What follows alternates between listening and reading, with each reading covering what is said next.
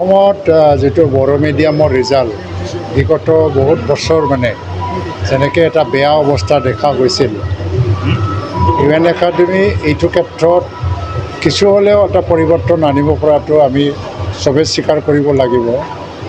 আৰু 2002ৰ পৰা যি এটা পৰিৱৰ্তনৰ যাত্ৰা আৰম্ভ হৈছে বড়ো মাধ্যমৰ শিক্ষাত, ইউএন একাডেমিৰ কিবা নহয় কিবা এটা ভূমিকা আছে। তথাপিও আমি এইটো দাবী কৰি ল'ব নোৱাৰোঁ যে বড়ো মাধ্যমৰ শিক্ষাৰ মানদণ্ড আজি আমি যেনেকৈ বিচাৰিছিলোঁ, যিমান হ'ব লাগিছিল যেনেকৈ, সেইটো হৈছে বুলি আমি দাবী কৰি ল'ব নোৱাৰোঁ। কম্পিটিশ্যন বহুত আগত গুচি গ'ল। যদি আমি উদাহৰণ হিচাপে লওঁ যে অসমত টপ 10 যিটো বঁটা দিয়া হয়, 92%, 93%, 94%ত টপ 10ৰ বঁটা পাইছিলে অসমীয়া মাধ্যমতে। তেতিয়া বড়ো মাধ্যমৰ ছাত্ৰসকলে 50%তকৈ অলপমান ওপৰত, 60%ৰ ওপৰত নাযায়। কোনেও মানে টপ 10ত যোৱাৰ কোনো প্ৰশ্নই নাই।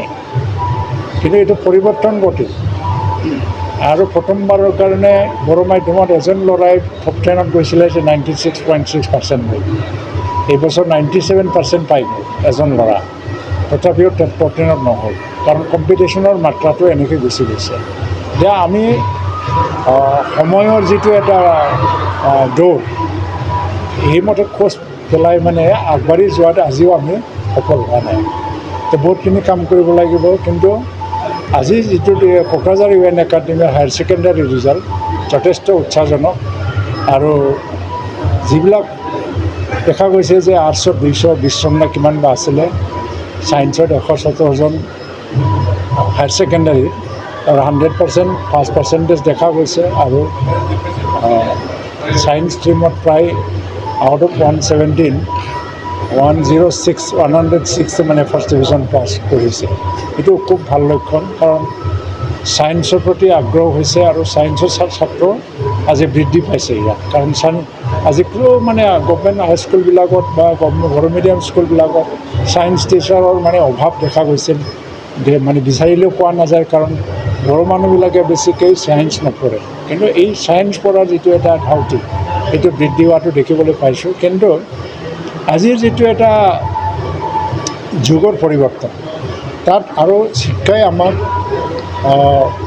বহুত মানে আন কথা কৈছে। তাত আমি যিখিনি বুজি পাইছোঁ, যিখিনি এচিভ কৰিছোঁ, তাতকৈ বহুত ওপৰত গ'ল।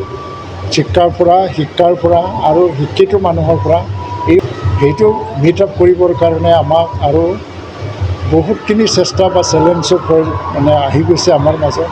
মানে ছাত্ৰসকলে বহুত এক্সট্ৰা লেবাৰ কৰিব লগা হয়। আজিৰ দিনত স্কিলটো মেইন কথা হৈ গৈছে।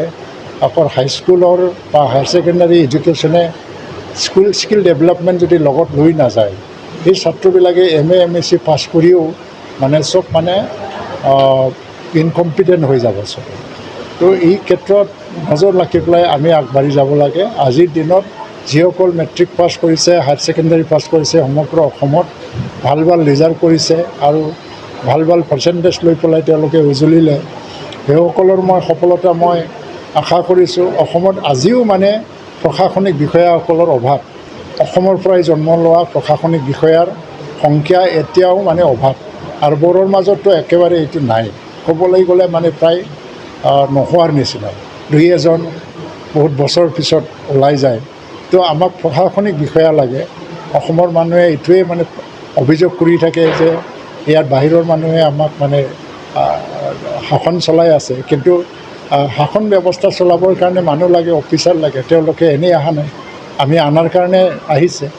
তো অসমৰ পৰা যিটো প্ৰশাসনিক বিষয়া উলিয়াব লাগে, তাৰ কাৰণে যিটো এই ৰাস্তাত, এই পদত মানুহবিলাক যেনেধৰণে প্ৰিপেয়াৰনেছটো ল'ব লাগিছিল বা কম্পিটিশ্যনত যাব লাগিছিল, যাব পৰা নাই।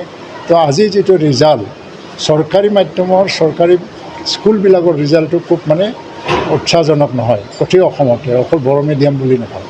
এইটোৰ কাৰণে কি এটা কাৰণ আছে, এইটো পৰ্যালোচনা চলি আছে।